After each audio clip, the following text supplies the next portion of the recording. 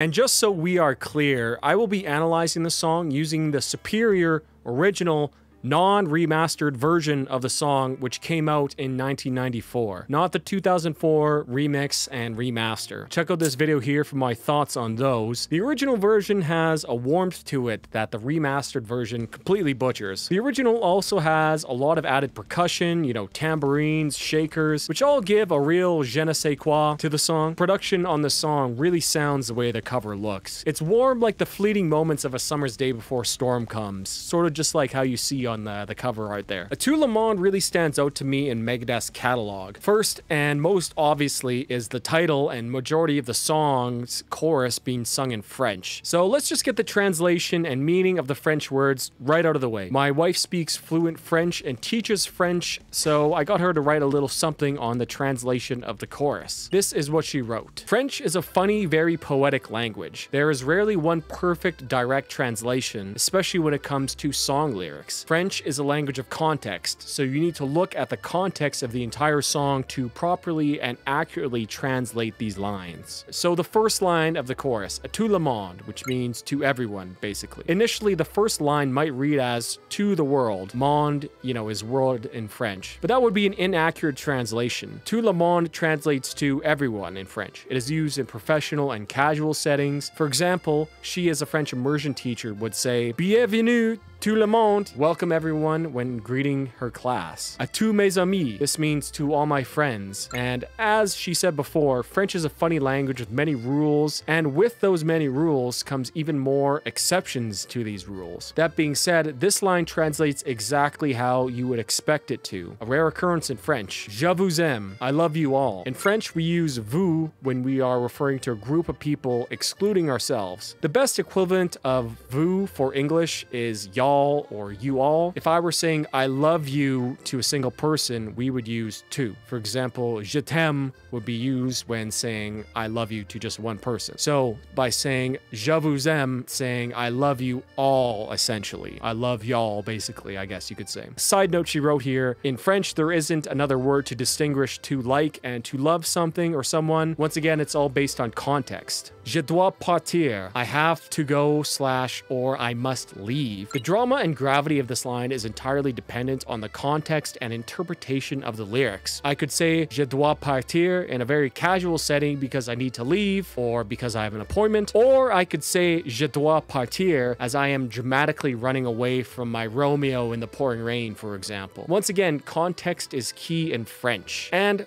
regardless, there is no option of saying in English, we might say, I should go as we are getting up to leave a friend's place. Je dois partir is very final, so it's like, I must go. So now that we have the meaning of the French, well, why the French? Well, I found this article which quotes Dave Mustaine saying essentially that having the chorus in another language was always the plan for this song. They tried a few other ones which did not work as well and then settled for French. You know, fair enough. French is a very beautiful sounding language, especially when sang, but I think having the chorus in another language works in a few ways other than just experimentation and fan service. For one, having the chorus be majority in different language obscures the meaning of the song just a little bit. You know, if you don't know French, you will have to go out of your way to find someone who does and get them to tell you or look it up yourself. It sort of diffuses and detaches the words from the meaning if you are solely an English speaker, that is. If he's simply saying, you know, to everyone, to all my friends, I love you, but I must depart, it's just like far too on the nose. It's not poetic enough. Having it be sung in French, and a very casual French at that, sort of automatically gives it some poetic prose. You know, you don't really need to massage the words as you would in English to make it sound good. Secondly,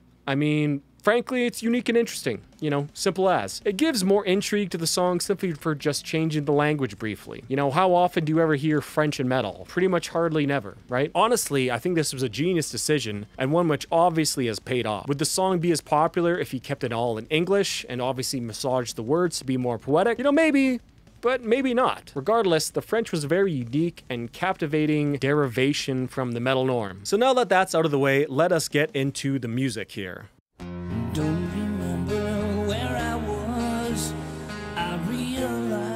The song starts off right away, just gets right into it. An acoustic guitar is playing the somber and melancholic arpeggio pattern. It sounds very rich and full on the recording. It sounds like it's been layered with a clean electric sound as well. In the great documentary Evolver, which is about this album Youthanasia, you can see the band rehearsing or maybe recording it with a clean guitar in the intro, but in the recording you can clearly hear the buzz of an acoustic. I also think I can hear what maybe could be a cello or like a keyboard sample of a cello outlining the lowest notes of their arpeggios. It's very cool and it just gives a little extra flavor and girth to the guitar here. My life passed before my eyes. I found out. So the song starts off in the key of F minor and is played at around 101 beats per minute. Somewhat unusual for Megadeth is that the song is played down a half step with the guitars tuned to D sharp standard or E flat standard, whatever you want to call it. It starts off right away into the first verse complete with singing, which again is unusual for Megadeth. There's no real intro here. But this first verse kind of serves as both an intro and verse 1, so I guess it works well anyways, doesn't matter. It just gets right into it. It's good. Opening arpeggio is very, very interesting melodically. In this opening arpeggio, the note of G sharp is played in every single chord change. This G sharp note rings out through all the different arpeggios as a constant note. This is called a drone note, and it sort of gives your ear something to anchor onto as everything changes around it. The drone note is very interesting. The arpeggio moves around it, yet it stays the same, an ever-present force. You know, remember this for later, as this song is about death, something which is ever present in our lives. The arpeggio starts out outlining an F minor chord, with that droning G sharp being the third of F minor, but it's played an octave above its standard position. Then as they move on to the next bar, the low D sharp is played, giving us the notes D sharp, C, and G sharp. This is an interesting chord. It spells out a D sharp 6 sus4 chord without the fifth, yet these notes are the exact same as G sharp major. So you can look at it as both. It's both D sharp 6 sus4 and G major. But in the context of the song, it feels like this chord has a lot more tension and unstableness to it rather than a major chord. So I choose to view it as the 7 chord in the scale, which would be D sharp 6 sus4. Really cool. The next chord in this pattern is an A sharp 7 chord, which omits the third. A very beautiful chord to throw in here. And before moving on to the next set of arpeggios, they quickly play an F, which is then moved up to an F sharp, a note outside the key. This walk up from the F to F sharp makes this note sound less out of place in this arpeggio here. It goes dun dun, you know what I mean? The next bar of the arpeggio sees 2 chords outlined, that being an F sharp sus2 and then an F sharp 6 sus2 chord, which again omits the fifth, which are some very unique and beautiful chords being played here, especially these 6 chords, you know, very, very interesting, very unique. So this opening chord progression there being played in arpeggios is F minor to D sharp 6 sus 4, then to A sharp 7, then to F sharp sus2, and then finally to F sharp 6 sus2. And here they are with the voicing spread out like they are in the song. Really, really very beautiful chord progression here. A very beautiful diatonic chord progression. It's excellent. The chord progression is pretty solid and normal sounding until we get to the last 2 chords. You know, especially that F sharp 6 sus2. It's a very unstable sounding chord, which resolves very nicely back to the root of F minor. The chord progression is hopeful in a way, yet in the last few moments it finds itself in ugly dissonant tension, perhaps foreshadowing something terrible to come, which of course is intrinsically tied thematically to the lyrics of the song, but we'll get to that later.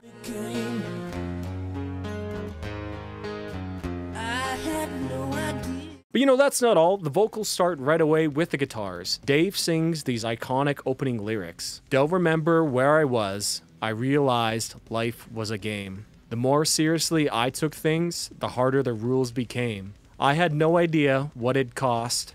My life passed before my eyes. I found out how little I accomplished, all my plans denied. Beautiful lyrics delivered very, very passionately by Dave Mustaine. Youthanasia has some of his best singing easily, and this song is no exception. I had no idea what it cost. Here is his vocal melody layered over top of the piano playing the opening arpeggios. He mostly outlines the arpeggios being picked, but on the line, quote, "My life passed before my eyes," he sings this out-of-key B note, which would be the flattened 5th degree of F minor, which is an extremely bluesy note to throw in here, and it gives that line some extra gravity, some extra grit, some extra dissonance, which when combined with the forlong and poignant phrase, really anchors the opening section of the song. Really, really excellent stuff here. I love this vocal melody. It's great. Excellent stuff. I had no idea what it cost. The band then moves on into what we would consider the pre-chorus, which features a very stark change in dynamics. From a clean guitar playing arpeggios with a lone voice, to instantly a full band complete with loud, distorted guitars. This change in dynamics is also accompanied by a distinct change in tone from the lyrics. So as you read this, know my friends. Here Dave sings, "So as you read this, know my friends, I'd love to stay with you all. Please smile when you think of me, my body's gone, that's all." A much more hopeful and warm set of lyrics when compared to the melancholy of the intro verse. This is matched by the band, which plays a pattern of these held, suspended 4th chords without the 5th, obviously, which is an interesting choice, as most of the time in metal, when you see kind of chords like this, they're power chords, which is the root and the 5th. But here they're using the root and the 4th, which is sort of just unstable enough to crank up the tension before it is released in the chorus. I'd love to stay with you all. A cool little touch here by the band. Nick Benza and Dave Ellison effortlessly hold down the rhythm section here. I love the sound of the bass and drums together on this record. It's just so fat and thundering. I love it. There's also some little flourishes of tambourine here in the pre-chorus, which just adds that little extra rhythmic flair. The band then finishes this pre-chorus pedaling this inverted D-sharp power chord. So it ends the chorus on the 7th of the key here, which sets us up from that grand movement back to the root of F in the chorus, right? The 7 to the 1 really is a grand movement. They also play this pre-chorus for 9 bars rather than the typical 8. This extension of an extra bar sort of tricks your ears into expecting them to move on, but they don't. It lingers briefly while Dave sings the on.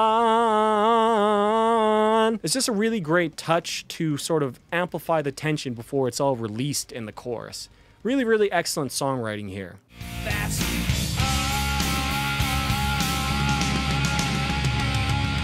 So after a great fill underneath a held note from Dave Mustaine, we then move on into the huge and beautiful chorus of the song. The band moves to playing power chords, which is the root and the 5th, which releases a lot of that tension that was built up in the pre-chorus. Landing on that big F5 power chord here, it's just like, you know, we're here, you know what I mean?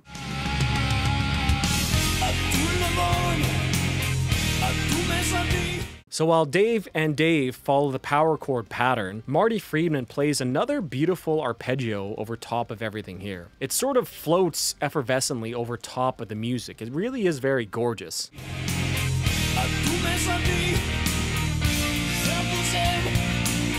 Over top of all this, Dave Mustaine sings in the chorus, "À tout le monde, à tous mes amis, je vous aime, je dois partir. These are the last words I'll ever speak, and they'll set me free."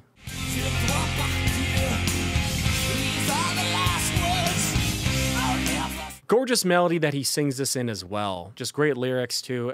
We'll get to that later. The arpeggio played is very, very interesting. The arpeggio slowly descends while the power chords ascend. A very cool interaction sees both meet at this last ending chord of the chorus under the line, "They'll set me free." This last chord is a C-sharp sus2 chord with the suspended 2nd played an octave above, giving it an almost add 9 sound to it, which is really, really a gorgeous chord for them to end on.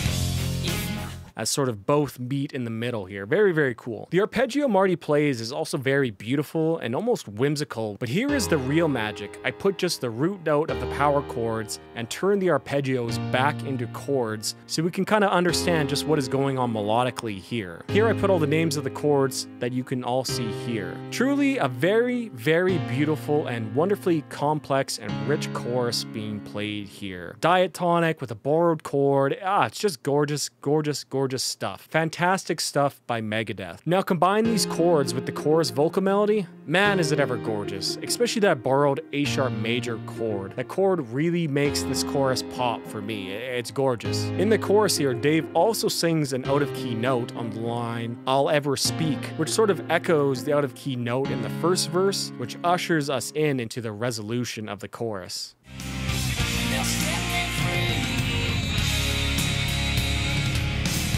It's a really great, majestic, beautiful, melancholic, and soaring chorus section here. Masterful work by Megadeth and the band. All the elements line up together, the buildup of tension, the ascending arpeggio, the ascending power chords, the gorgeous singing and lyrics, how it all just wraps itself up, a solid rhythm section holding it all together. It truly is just a masterclass in chorus writing. You know, and I could go on and on about how nice this is, but we gotta move on to the rest of the song.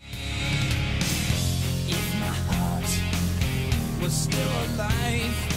The band then moves into the second verse, which sees the original clean guitar arpeggio reappear, although this time it is partially palm muted and played on a distorted guitar, which gives it a very different effect. It's cool. The drums and bass carry forward the momentum from the chorus, and Dave Mustaine sings a very similar melody to the first time around. If my heart was still alive, I know it would surely break. And my memories left with you, there's nothing more to say. The band then moves once again into the pre-chorus, which once again is a very stark tonal shift from the verse. The verse lyrics being much more depressive and downtrodden when compared to the more hopeful lyrics of the pre-chorus.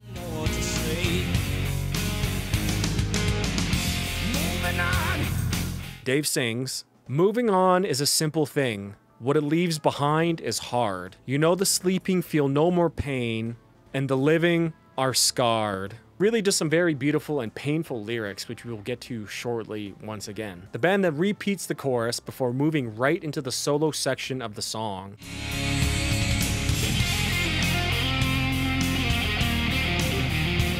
The riff underneath the solo is essentially a modified version of the verse/intro arpeggios, but with held power chords instead of playing the full, arpeggios or the chords there, which is a very cool touch. It sounds similar and familiar, yet it's not too samey that it feels repetitive. It still kind of feels like a new section, right? Marty's solo that he plays here is very subdued and not in a bad way.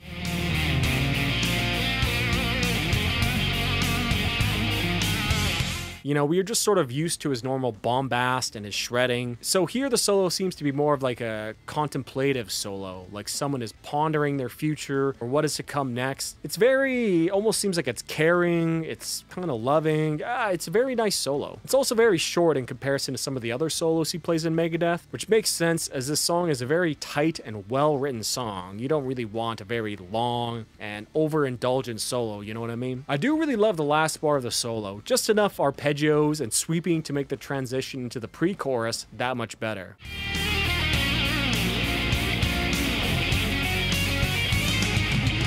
Here, as we move into the final pre-chorus, Marty holds that D, which is out of key, and the band moves up a whole step to the key of G minor.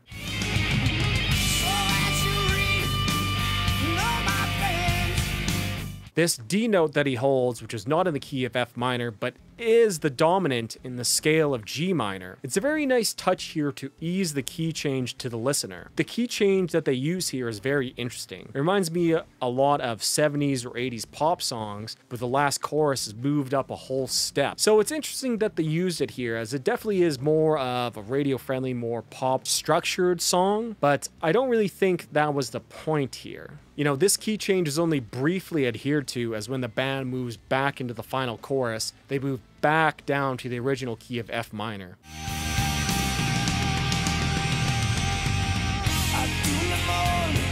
Thus making the key change more of an element of building tension to the final chorus. It feels like that last pre-chorus is sort of just lifted up a little bit before it brought back down to the chorus again. It's a new key introduced for only 9 bars. It functions more of a brief aberration rather than a new key that the song finds itself in. Great stuff, and I will probably be using this in my own music here. It's just such a cool effect and songwriting tool. Thus, the band moves into the final chorus, landing on that huge F power chord again. We are brought right back to the original key of the song. All that tension is built up from the key change in the pre-chorus when it is released or is set free.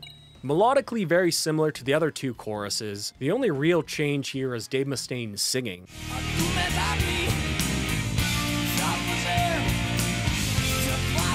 He's really giving us his all here, you know, you can just feel the emotions pouring out of him. Even though it's in French, you can still feel the emotions that he's singing through your speakers.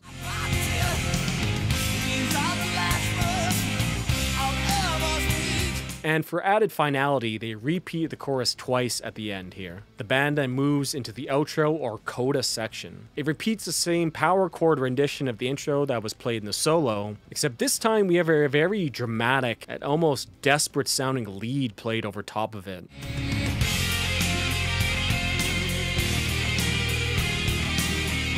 This is in almost direct contrast to the solo that was played earlier. This lead, which is harmonized in a very Iron Maiden-esque fashion of higher thirds, is extremely dramatic. Like, it has a feeling of finality to it. Like, this is the last incredibly important symbolic moments of one's life.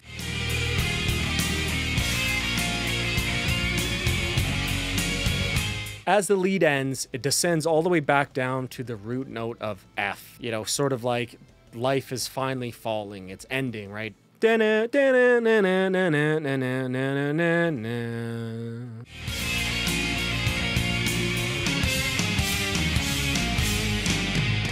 we get a slowly decreasing in tempo version of the intro arpeggios before it lands on this F6 arpeggio where they go from F to C and then to C sharp.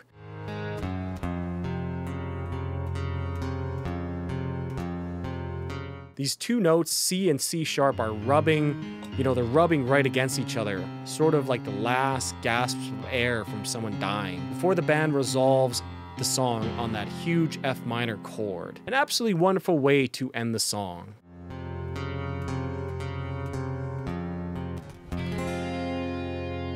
The ending here is so dramatic and final. Truly a beautiful and somber way to end an extremely heartfelt and beautiful song. A Tout Le Monde is a very simplistic song in a way, with really only 3 sections that the band sort of changes and modulates as they go through. Yet it is extremely complex and beautiful, filled with wonderfully unique and interesting chords and arpeggios, borrowing chords, diatonic chord progressions. I love the vocal melodies, and that diatonic chorus is just mwah. Truly one of Megadeth's masterpieces.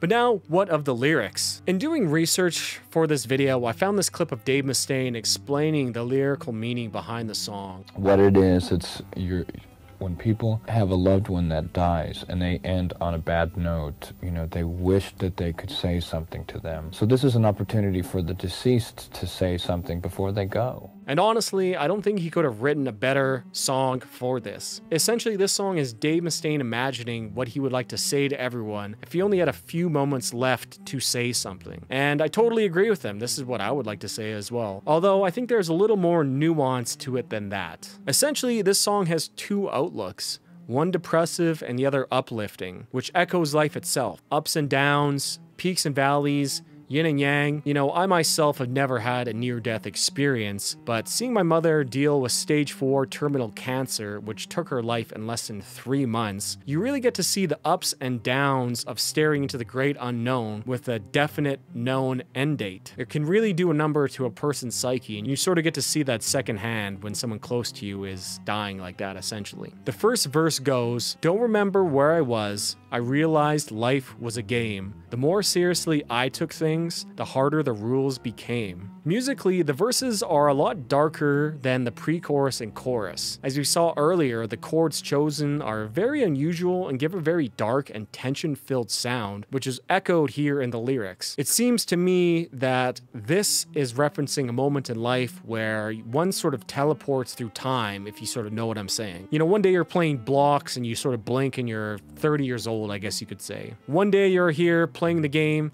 and as the game goes on, you get sucked into it. It gets more complex and the rules get more strict. I had no idea what it cost. My life passed before my eyes. I found out how little I accomplished, all my plans denied. Now this person in question, when faced with the final moments of their life, realizes that this game is life. As you play, you must pay. You pay with your time and precious moments. This is what it costs. Time is the ultimate currency, and life costs you everything to play, so you must play the game with all your heart. Now, whether or not in his final moments is cutting life short or not, he realizes that it has all passed before his eyes. Literally, his life has gone before his eyes, if you think about it. So in this depressive part, he ponders upon his regrets or unrealized potential. Perhaps the path he chose in life led him down a less desirable outcome. Perhaps it didn't. You don't really know at this point. Plans get denied by events in life. Life itself is potential energy. So when that energy has run out, what do you have left to look back upon? Yet, as the music changes, so does the tone of the lyrics. So as you read this, know my friends, I'd love to stay with you all. Please smile when you think of me. My body's gone, that's all. Now he is addressing his friends and family. The tone of acceptance permeates this pre-chorus here. As the potential energy of life runs its course, the person in question looks towards a new energy, a spiritual one which resides within the minds and memories of friends and loved ones. You know, when your body is gone, you are still with people, right? My mom is still with me. Your loved ones are still with you, right? They're still with you in spirit. And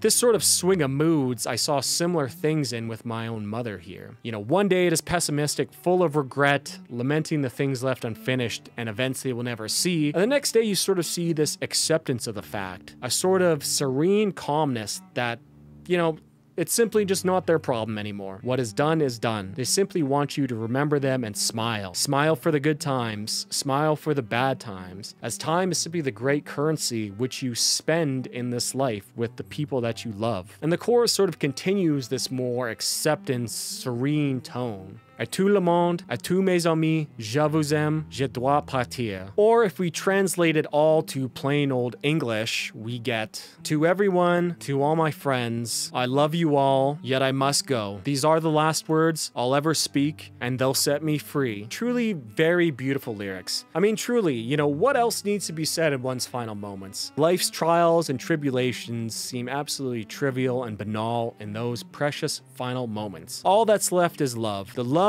they leave you with. Dave describes this as, if you had 5 minutes left, what would you want to say? And truly, I think he absolutely nailed it here. I talked about it a little bit earlier, but the substitution of French for the lyrics really adds to the poetic nature of the song. If you didn't speak French or know the translation, I'm sure that you sort of made up your own meaning. You know, you heard the French, right, blah, blah, blah, and then you heard, these are the last words I'll ever speak. So you probably made up kind of your own meaning, in a sense, what he was saying there. It really is a genius move by Dave Mustaine, as maybe you were thinking of sort of subconsciously what your own final words would be. Perhaps subconsciously, you sort of substituted in your own meaning here. It's truly, truly genius songwriting, really. The French also softens the blow a little bit, and what I mean by that is having the direct English translation would almost ruin it by being far too heavy-handed with the message. It's just a really, really, really cool way to write the chorus. Another cool touch with the lyrics is the heavy power chords ascend, while the arpeggio, as Marty is playing, descend before meeting on the phrase, they'll set me free. You know, it's like the two strands of life coming together and meeting in the final moment. You have your physical life and your spiritual life, right?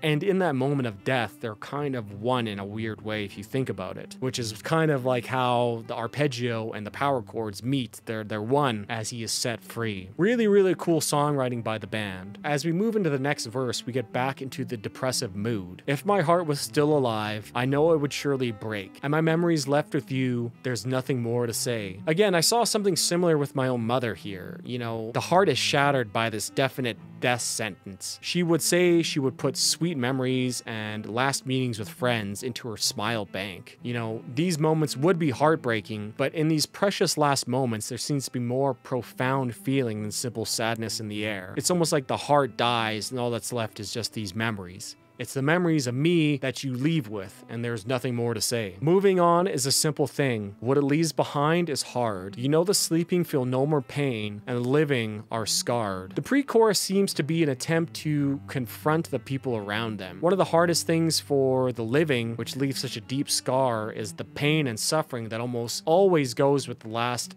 bit of one's life. When they are gone, at least they feel no more pain. Yet us, the living, or maybe if you're watching this and I'm dead somehow, not us, the living, you know, we are the ones who bear the scars of the person passing. I can't remember who said this quote, but I think it's apt here. The person was asked, you know, what comes after death? And in reply, the answer was, I am not sure, but I know the ones we leave behind will miss us terribly. In essence, this is what this pre-chorus is saying. The chorus repeats and we get to Marty's solo, which seems to be a very tender solo here, perhaps attempting to showcase some of the more comforting emotions and love which is shared in these precious final moments. And the last thing to discuss here is the ending solo. Again, you know, the two threads of life meet in the final moments of the chorus and move on into the grand dramatic ending. To me, this represents the incredible rush and flood of emotions that comes along with the witnessing of a loved one's final moments with us here on Earth. You know, it's really a grand spectacle, one which feels intensely intimate. We subconsciously see our future. We feel the pain of the loss, the relief of no longer seeing the person in pain, the guilt of feeling this relief, the guilt of things left unsaid or things left undone, the sting of anger, the crushing sadness. This is what this outro represents to me. All these extreme emotions, the highs and lows that all go along with it. I felt all of these emotions while watching my mother's last few breaths of air on Earth. And as the lone guitar plays its final notes, the spirit is finally set free. A Tout Le Monde is an absolute masterpiece of a song. Wonderful tight songwriting combined with an interesting gimmick of French, which actually serves a purpose thematically for the song, intense emotional connections with the audience, and an evergreen topic which humans always have and always will relate to. Truly, truly, truly a world-class song. Bravo to Dave and all of those who worked on the song. Well done. Just what an excellent song, man.